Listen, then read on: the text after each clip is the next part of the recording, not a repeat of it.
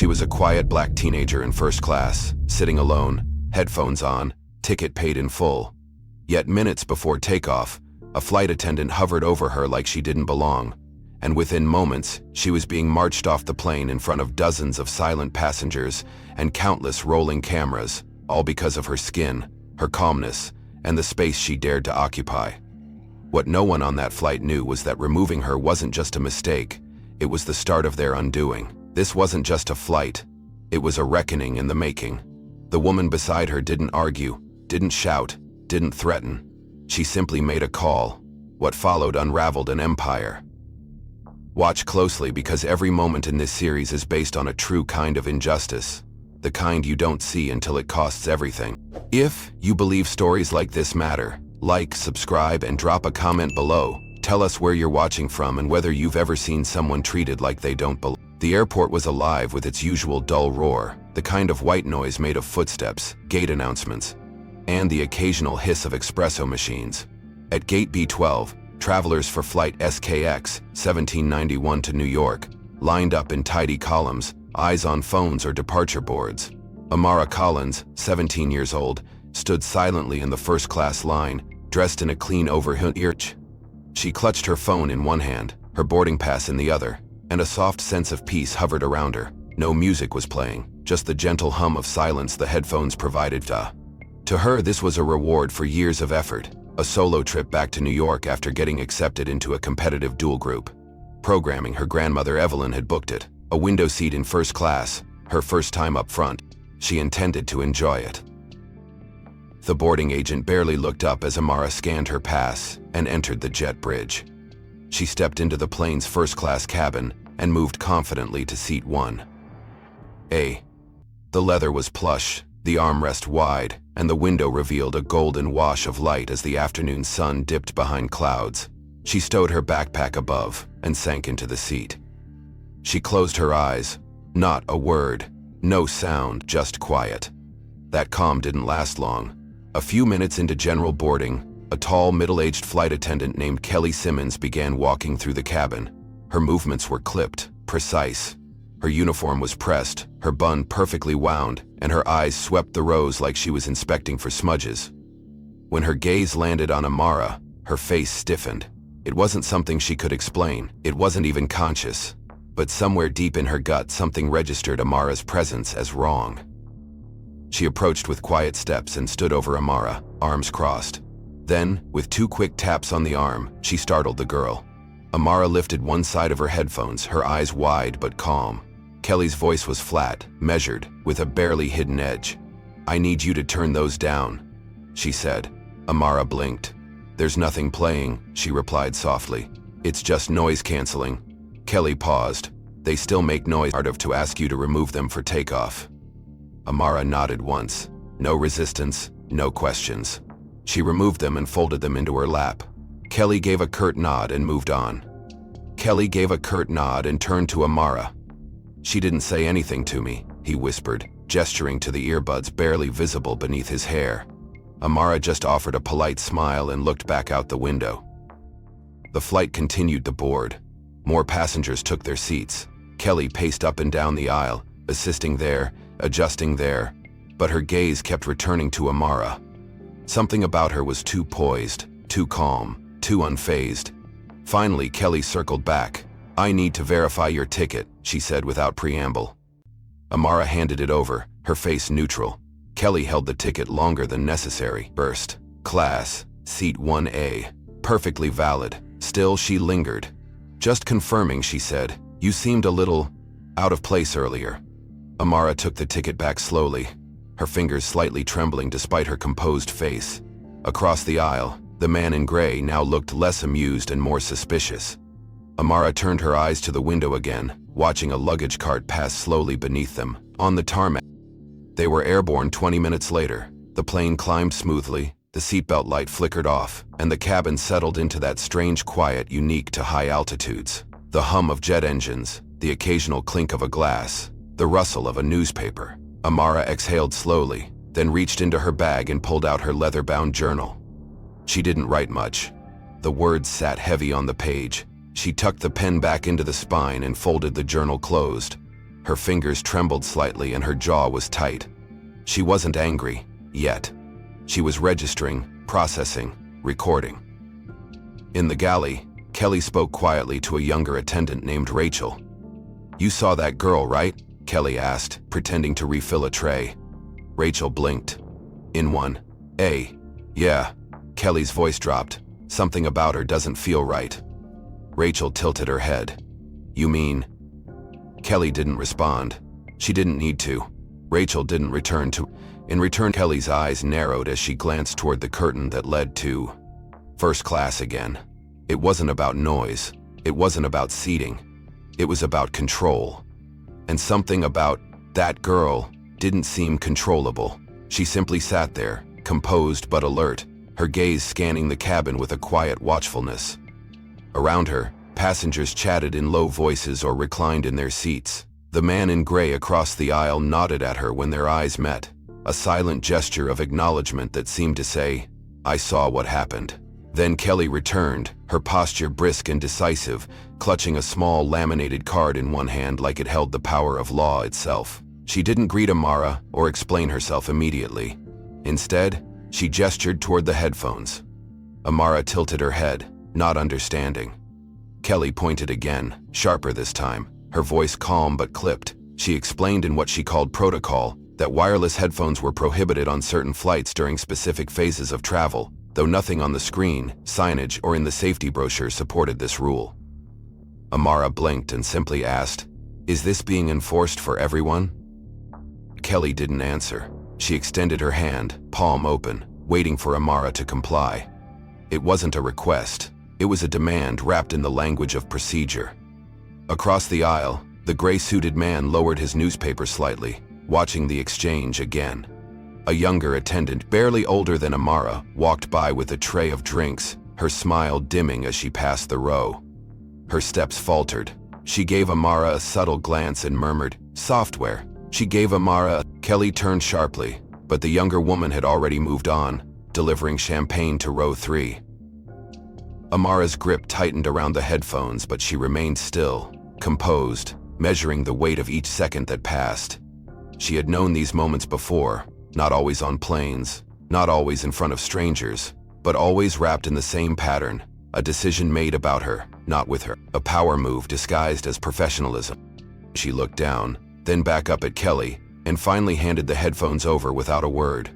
Kelly took them, nodded stiffly, and walked away with the same sharpness in her step. No thank you, no explanation, just the assumption that the matter was closed. The moment passed like a slow breath sucked from the room. But Amara felt it deepen. Something had shifted, not just in her, the watching eyes. The man across the aisle folded his paper. A woman in 1C, who had been scrolling on her phone, stopped and whispered to her husband. The silence was no longer comfortable. It was loaded, and Amara, while still as stone, felt the injustice sink beneath her skin like slow heat. She didn't cry, she didn't speak, but her body memorized the posture of restraint, of compliance, of the anger denied permission to rise. The younger flight attendant, her name tag read, Melissa, made her way back down the aisle again after drink service. She stopped briefly at Amara's seat, leaned down just enough so that no one else could hear, and said in a hushed, guilt-laced voice, "I'm sorry. I've seen her do this before. She thinks it's subtle." Amara turned her head slowly, offering no smile, just a level look. Amara turned her head, then she moved on. Amara stared forward, her jaw tight. She could feel her heartbeat in her fingertips. This wasn't about headphones. It never was. It was about something that started the moment she sat down and refused to shrink. Something that some people saw and immediately interpreted as threat. At the front of the cabin, Kelly stood beside the service panel, checking something on a tablet. She seemed calm, in control, even pleased with herself. To her, the incident was a minor correction, just another moment in a long list of maintaining order. But what she didn't realize, and never questioned, was how selective that order really was. Several rows back, a white teenager was wearing the exact same headphones Amara had surrendered. No one had said a word to him. He nodded along to his playlist, bobbing his head without shame. A few rows ahead, another man had an earpiece in, fielding a whispered call through Wi-Fi. Again, nothing. Amara saw them both, saw the lack of consequences, and saw the pattern repeat itself without interruption. The message wasn't lost on her. You don't belong. Not unless you're quiet, invisible, and unquestionably obedient. The moment passed, and the flight continued on. Clouds drifted below. The captain announced clear skies and a smooth landing in 90 minutes. Flight attendants resumed service. Trays clicked open and closed. Coffee was poured. Conversations resumed in low, casual tones. But beneath that surface, the air around Amara felt electric, like pressure building behind a dam. Her headphones were gone, her seat secured by policy she had followed to the letter, her behavior impeccable. Her posture remained composed, but her eyes betrayed a simmering awareness that things were far from normal. Kelly had retreated to the front galley, but not without one last glance back at her. It was the kind of glance that meant unfinished business, the kind that always came before escalation. Minutes later, just as passengers began settling in with trays of salad and bottled water, the lead person, a tall, older man named Douglas, walked briskly down the aisle, flanked by a second attendant. He stopped beside Amara, glanced at the seat number, and spoke with the cold efficiency of someone used to being obeyed. "Ms. Collins, I've been informed there's been a non-compliance issue regarding onboard electronics. I'll need you to acknowledge the policy and confirm you understand the consequence of further disruption." Amara looked up at him calmly, her voice steady. "I complied with everything asked of me. I handed over my headphones without protest.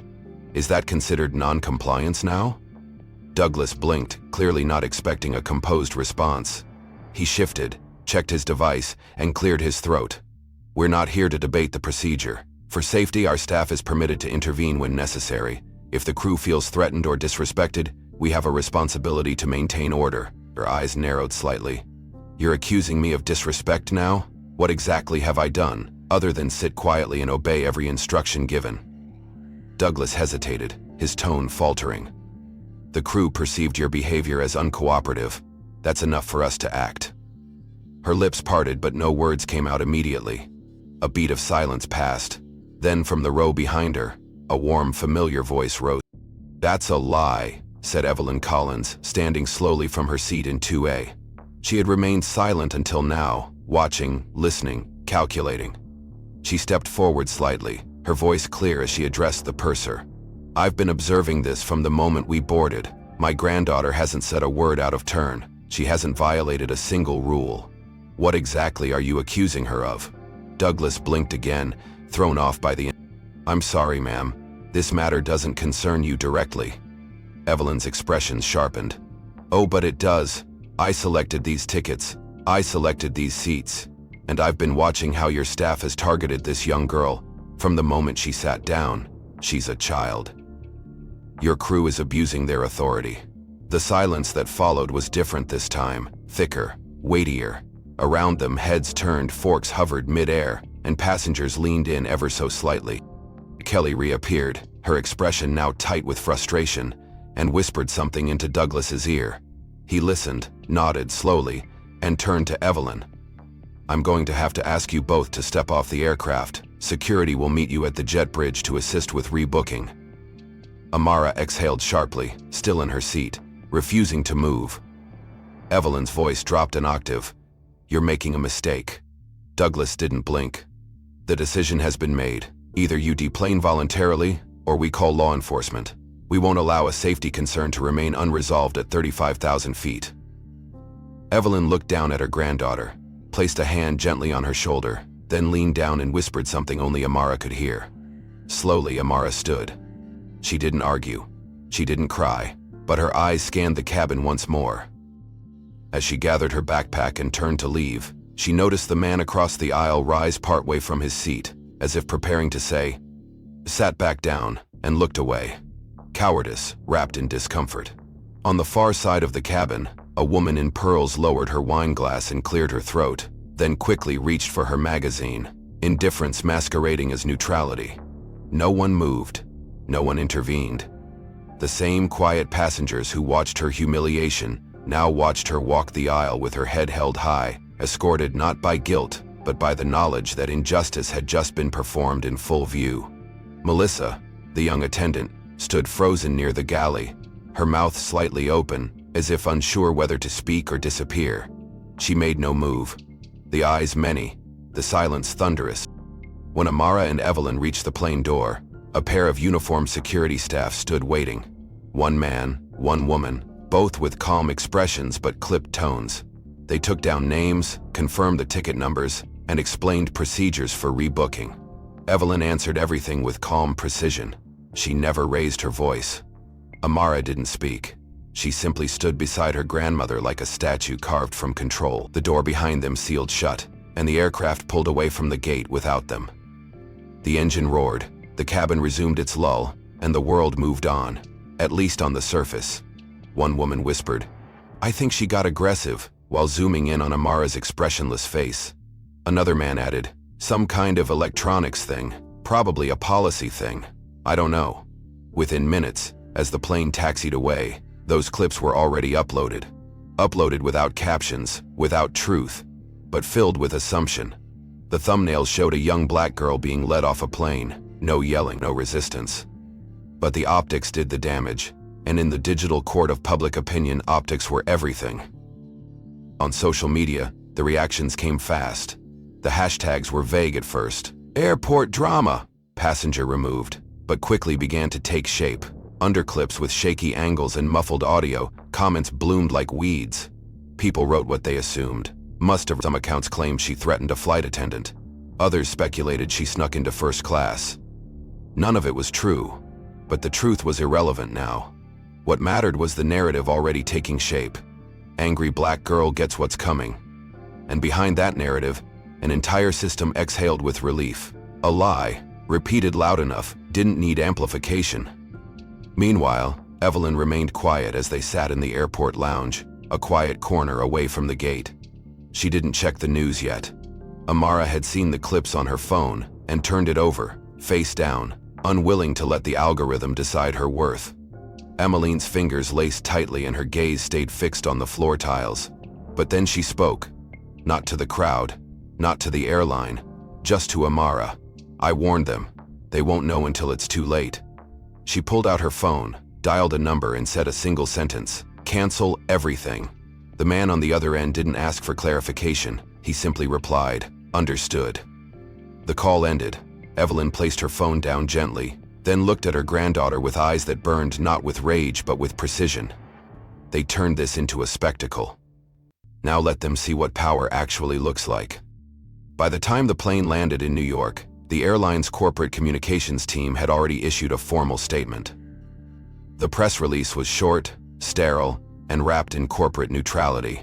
"We regret the events that occurred on Flight 1791, involving a seating dispute and resulting in passenger deboarding. We take safety and professionalism seriously and consider..." The statement never named Amara. It never mentioned Kelly, but it framed the incident as a noise misunderstanding, citing the importance of crew comfort and cabin compliance. In short, it blamed Amara without using her name. And to the public, it sounded like closure. Another unfortunate event. Moving on. But others weren't so quick to move on. One blogger, known for analyzing racial bias in travel, posted a breakdown of the video, frame by frame, highlighting inconsistencies in the official narrative. "Look at her posture," he said. "Look at how calm she is." His post gained traction. Then a former flight attendant commented anonymously, stating that Kelly had multiple complaints filed against her in the past, none of which were addressed. Whispers turned into murmurs. A thread emerged, detailing other stories eerily similar. Quiet black passengers pulled aside. Quiet black women questioned mid-flight. The same names. The same faces. Always the same outcome. It was no longer an isolated incident. It was a pattern. Amara still hadn't spoken publicly. Neither had Evelyn. They watched quietly as the storm grew, not from outrage but from recognition. The silence after injustice was always predictable. It came wrapped in language like protocol and misunderstanding. It used calm voices and neutral tones to gaslight its victims into silence. But Evelyn had lived through too many versions of this script. She had marched, negotiated, chaired boards, and built empires. She didn't scream, she didn't tweet, but she made calls. And those calls began moving things behind the scenes. Contracts were frozen, meetings were canceled, orders were quietly withdrawn. And all of it happened without press releases, hashtags, or interviews. It was the language of consequence, the kind that didn't go viral but left executives sleepless. In a private meeting room 5 states away, a senior vice president reviewed a document with trembling hands. It was a memo from Orion Capital's skim turning a read a cap. Then, with formally suspending a $2 billion fleet purchase agreement pending review of internal airline conduct. It was polite, professional, but lethal. It landed on the desk of the airline's CEO with a weight greater than any viral tweet. The CEO's assistant asked quietly, "What do we do?"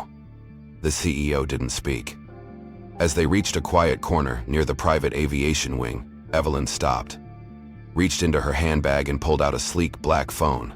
Not the personal one, but the other one, the one used for decisions that shifted balance sheets. She didn't sit, didn't flinch, didn't hesitate. The line connected instantly. Her voice was low, but deliberate. "Pull the plug. Full asset review. Freeze all pending negotiations. Reallocate capital immediately. No questions." She hung up before the person on the other end could even respond. That was the tone of someone who had done this before. She returned the phone to her bag, adjusted her blazer, and looked out across the tarmac, where the plane that had abandoned them was now only a speck in the sky. Inside the boardroom of the airline's headquarters 3 states away, the reaction wasn't nearly as composed. Within 20 minutes of Evelyn's call, internal alerts began to flash red across multiple departments. Legal was confused, finance was alarmed, operations had no answers, but procurement had $2 billion in fleet modernization, 24 long-range aircraft, exclusive licensing of AI fuel systems. The entire board had already toasted to the deal at a retreat in Aspen, and now, without explanation, the contract had gone cold, frozen, no response, no meeting, no extension, just one notification: engagement suspended, no voice bounty, no further contact requested. The language was terrifying in its final. Executives scrambled to find out why, but every line to Orion's senior office was redirected or declined. Evelyn Collins had become a ghost. By the following morning, aviation analysts had already noticed the shift. Headlines whispered before they screamed. Mega deal with Orion on ice, stock dip follows sudden silence. Journalists couldn't confirm the source of the disruption, but inside the airline's CCC, panic had taken hold. A 6:00 AM emergency call among senior leadership only confirmed their worst fears. No one had spoken to Orion. No one knew the reason, but a junior analyst, new to the team and less fearful of protocol, connected a name. Evelyn Collins, the billionaire founder of Orion Capital. A name not unknown but rarely questioned. She was known for tech investments, quiet philanthropy, and being ruthlessly protective of her family. The analyst found the footage. Vicky Vost rewound. "Sir," the analyst said quietly, "that girl? That's her granddaughter." The room fell into silence, the kind that came not from lack of words but from the weight of realization. The CEO pressed a hand to her forehead. "How did we not know?" she muttered. The question had no answer. No one had asked. No one had thought to. Amara had been profiled, dismissed, and ejected without anyone realizing that the entire company now hung in the balance. One executive said flatly, "We need to reach out. We need to apologize." Another replied, "No, we need to fix this internally before shareholders revolt." But the CFO just stared at the table, his voice grim. "She doesn't want an apology. She wants accountability." The silence that followed was colder than any winter wind, because they all knew it was too late. Evelyn Collins had already decided what came next. Where Evelyn met with her legal team, not to sue, not to posture, but to verify compliance. Every clause in the fleet deal was reviewed, every option examined. She wasn't interested in making noise. She was interested in extracting leverage. When asked if she intended to go public, she shook her head. No press. Let them hang on silence. The strategy was masterful. Without a formal accusation, the airline couldn't defend it. Without knowing the terms of failure, they couldn't pivot. And without Evelyn's engagement, they couldn't negotiate. They were trapped. Each hour that passed was a drip of uncertainty into an already fragile reputation. By the end of the second day, Investors were already asking questions. Stock prices dipped. Board members demanded explanations. And still, nothing from Evelyn.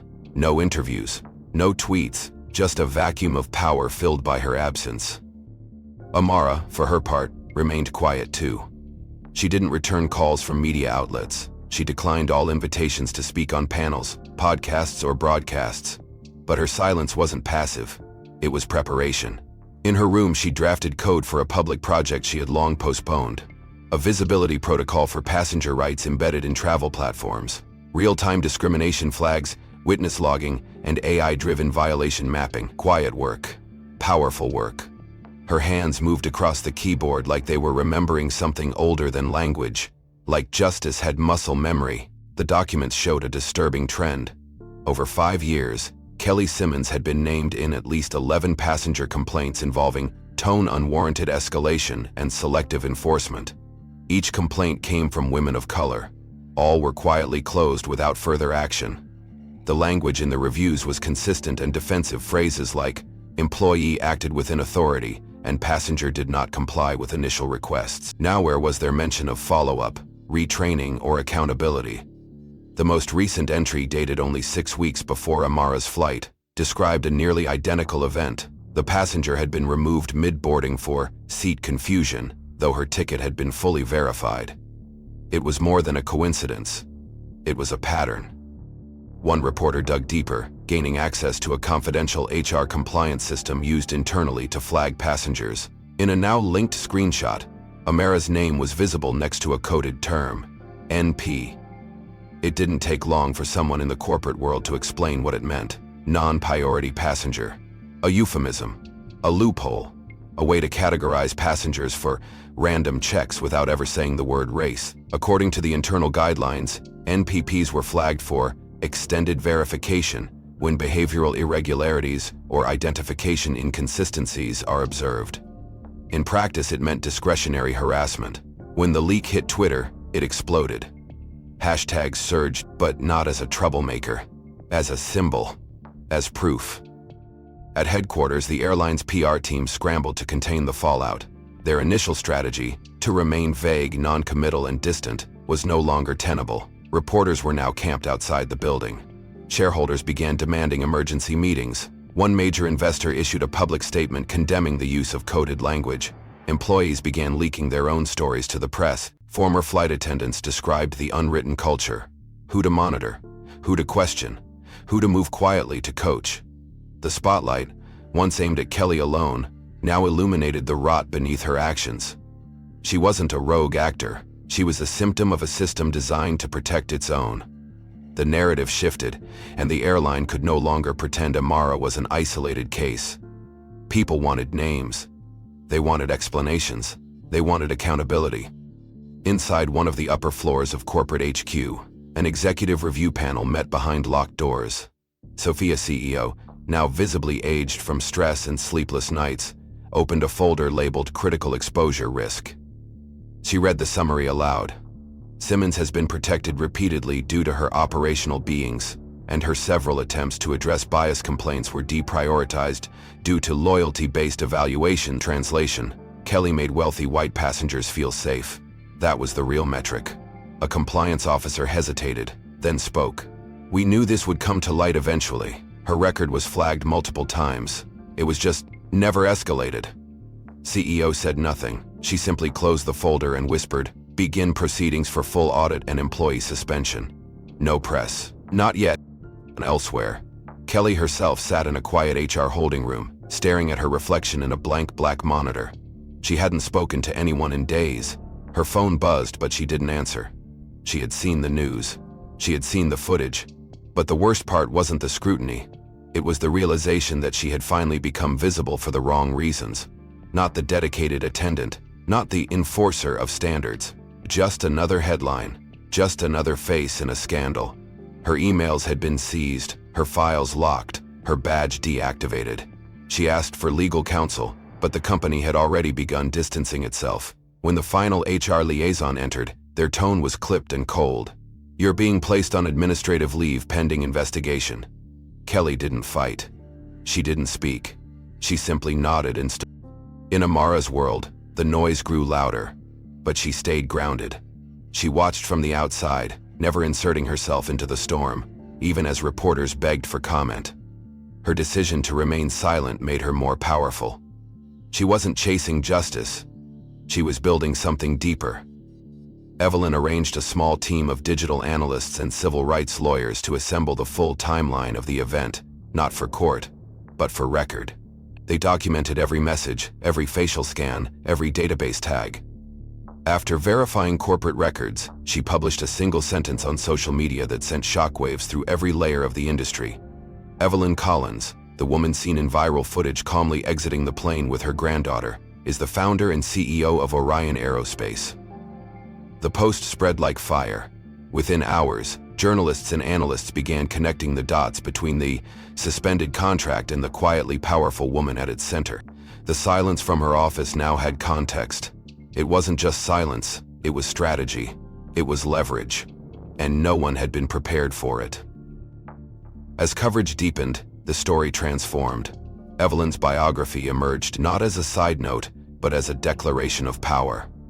She had started Orion Aerospace with a single prototype in a converted hangar, driven by the dream of transforming flight safety through machine learning. 20 years later, she held patents in atmospheric navigation, controlled nearly a third of military AI drone routing systems, and had recently signed memorandums of undervisms. None of those details stung more than one fact: Orion had been in final negotiators to supply the very airline that had humiliated her family with a state-of-the-art jet fleet worth over $2 billion. That deal was now frozen, permanently. Commentators on every network echoed the same phrase: they picked the wrong passenger. But the spotlight didn't stop with Evelyn. A new wave of interest turned to Amara. Who was the teenager who had triggered a national reckoning without speaking a single word to the press? Her academic history was quickly uncovered. Admitted to a dual-law program at MIT and Stanford, recipient of a Presidential Innovation Fellowship at age 16, and lead architect of an emerging AI platform being quietly developed for commercial pilot navigation. A platform, insiders soon revealed, that had been slated for first-phase testing with none other than the Air, now drowning in scandal. The irony was brutal. The same girl they had forced off the plane had been scheduled to lead a closed-door software demo for their executive board just 1 week later. That meeting was canceled. The partnership dissolved. But the damage remained, and it was spreading. In newsrooms, the tone shifted from curiosity to awe. Panelists debated how an industry could be so blind to the forces it brushed aside. One analyst said it plainly: this wasn't just profiling. This was corporate malpractice. Investors panicked. Stocks dipped again.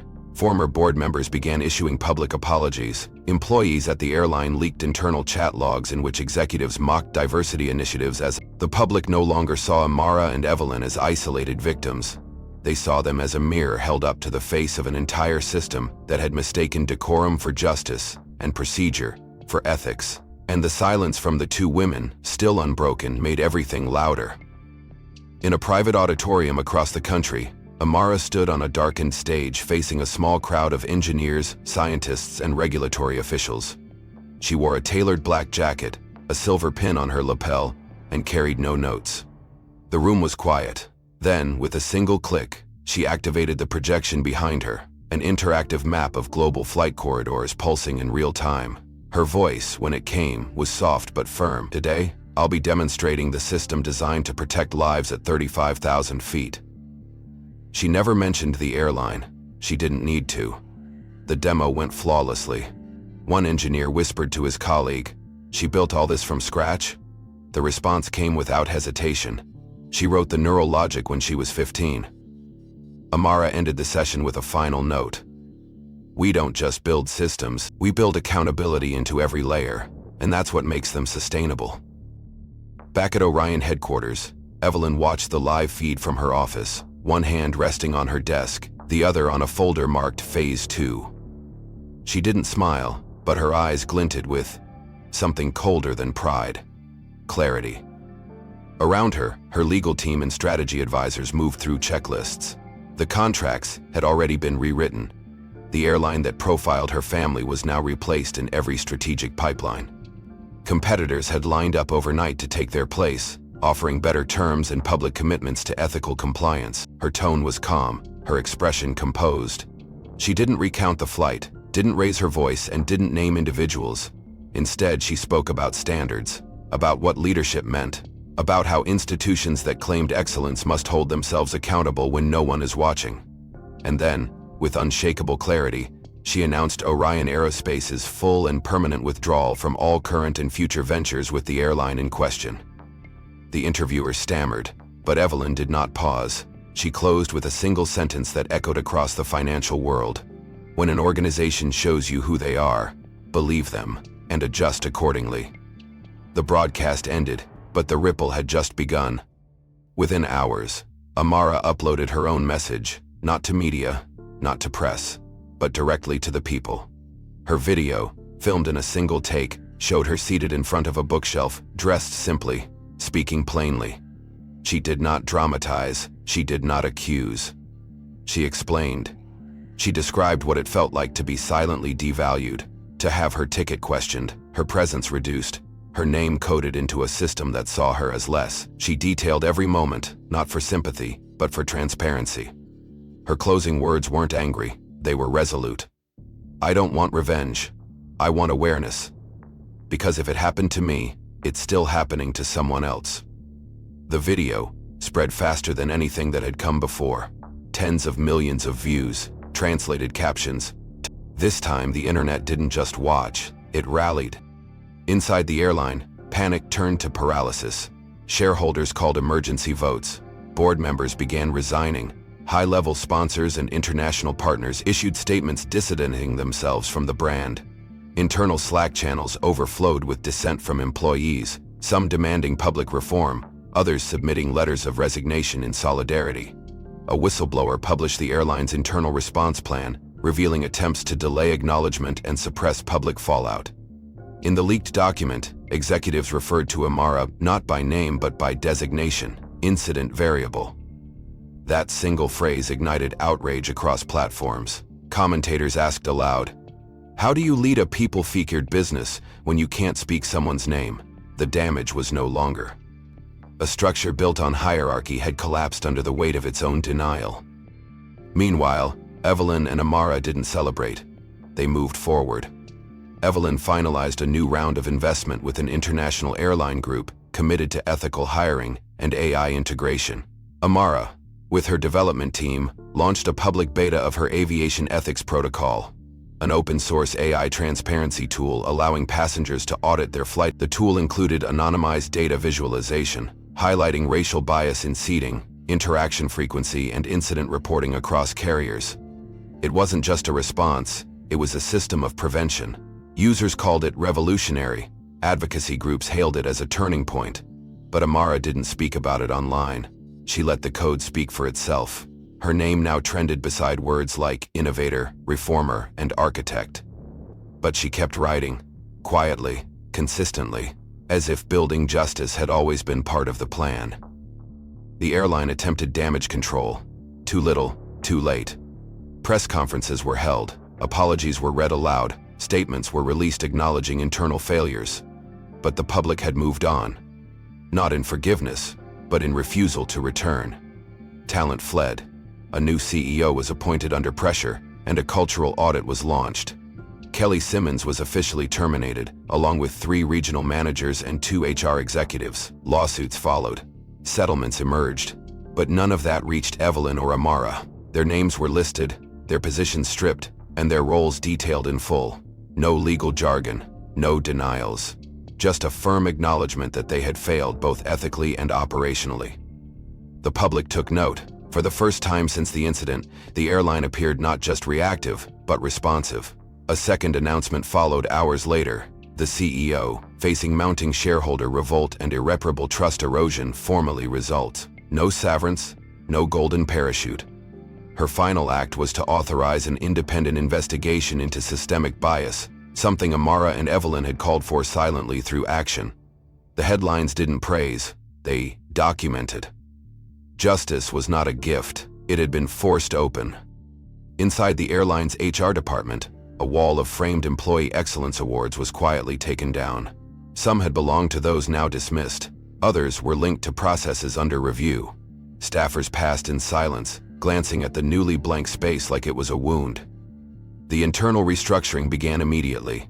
A new ethics division was announced, led by an independent council of civil rights experts, behavioral psychologists, and legal observers. Every current employee, from ground crew to executive leadership, would be required to complete a bias literacy program and pass a third-party compliance assessment to retain their roles. The language was clear. This was no longer optional. Any resistance would be treated as obstruction. Overnight, the culture of tolerated silence shattered. People who once whispered now spoke freely. Meetings once dominated by uniformity now included perspectives long excluded. Transformation was no longer theoretical. It had become the cost of survival. Kelly's exit, however, did not go unnoticed by the media. Outside her gated community, cameras gathered, but she never spoke to them. No press conference, no statement. Just a long black car that pulled out one morning and didn't return. Her departure marked the end of an era, one defined by quiet entitlement, enforced quiet policy. In private, Kelly's closest former colleagues described her as stunned, not by the firing, but by the idea that her behavior could carry consequences at all. She had spent years being reinforced, applauded, protected.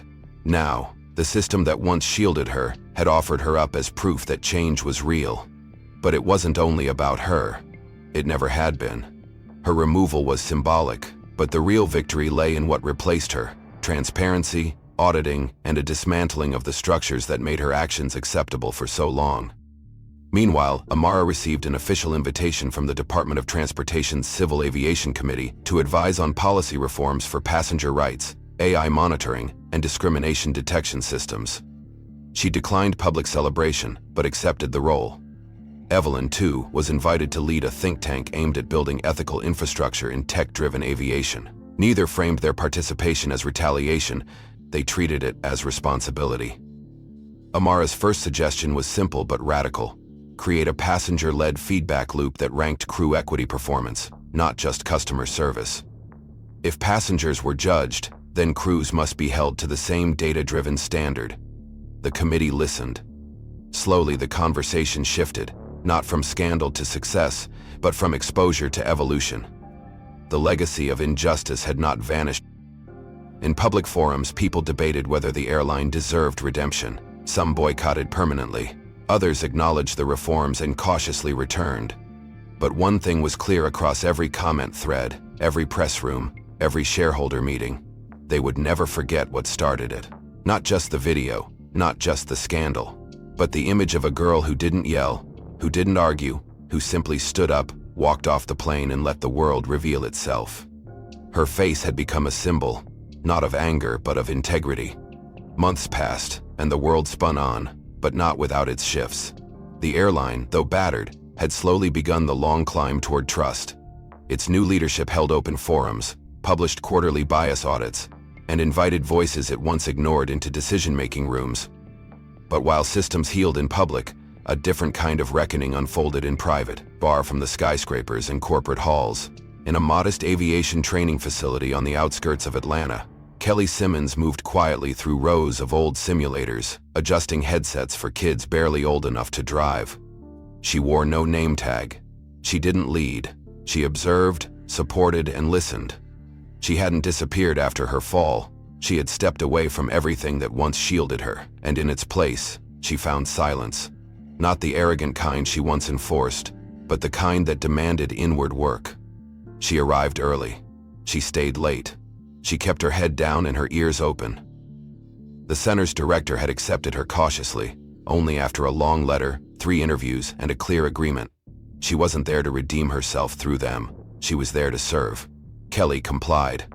For the first time in her life, she wasn't the authority in the room. The students, mostly teens from neighborhoods forgotten by investment, came with hunger. Kelly taught technical maintenance at first, then safety protocol. She never spoke about her past, but word spread. One of the students found her name online, connected it to the scandal, and confronted her one afternoon. She didn't deny it. She just said, "I lost my way. I forgot. People were not categories." After that day, the questions changed. They didn't ask about what she did. They asked what she had learned, and for once, She had answers not rehearsed by PR, but shaped by humility. Then one rainy afternoon, as stormlight blurred the windows of the hangar-turned classroom, Amara appeared. She stood near the door for a moment before stepping in, letting the quiet presence of her figure say what words didn't. The room hushed. Kelly looked up from the console where she was calibrating a panel. Their eyes met. Two people who once shared a space defined by imbalance, now rejoined in silence, leveled by time and consequence. Amara didn't come with a camera. No crew, no headline. Just a file in hand and a note to deliver. A mentorship grant in her name, established for students graduating from the program. It wasn't a favor. It wasn't mercy. It was a seed, a reminder that change should be generational, not symbolic. Kelly accepted the folder, hands trembling slightly. Her voice, when it came, Amara replied, "Understanding someone doesn't mean excusing them, but it does mean helping them do better." Then she left, just as quietly as she arrived. That encounter didn't make headlines, but its ripple was deeper than any viral clip. The training center doubled its enrollment that season. The mentorship grant grew. Kelly continued to teach, not to erase her past, but to rewrite what came next. She didn't speak on stages or write memoirs. She simply showed up. Every day, in service of something larger than herself. And while Amara never returned, her impact remained imprinted on the walls, in the wiring, in the ways students were taught to see both systems and people. Evelyn, now semi-retired, watched from afar as their influence spread without announcement. She knew legacy wasn't built on victory. It was built on what you leave behind once the noise fades. And in that silence, something stronger than retribution bloomed: continuity, and the choice to break the cycle without breaking the people within it. The world kept flying. Airports grew smarter. Protocols evolved. Amara's AI platform became standard in global aviation training, not because it was revolutionary, but because it was human. Evelyn's think tank expanded into new industries, exploring ethical governance in everything from education to urban planning. But neither woman forgot what started it. A flight. A seat. A silence too familiar, and the decision not to meet injustice with rage but with reconstruction. In the end, the true arc wasn't about punishment, it was about transformation. One woman stepped back to face what she had ignored. One girl stepped forward to rebuild what others had ruined. And the space between them, once defined by conflict, became the bridge that others could now cross. The end. If this story moved you, make sure to like and subscribe so you don't miss what's coming next. What part of Amara and Evelyn's journey impacted you the most? And where in the world are you watching from? Drop a comment, we'd love to hear your thoughts.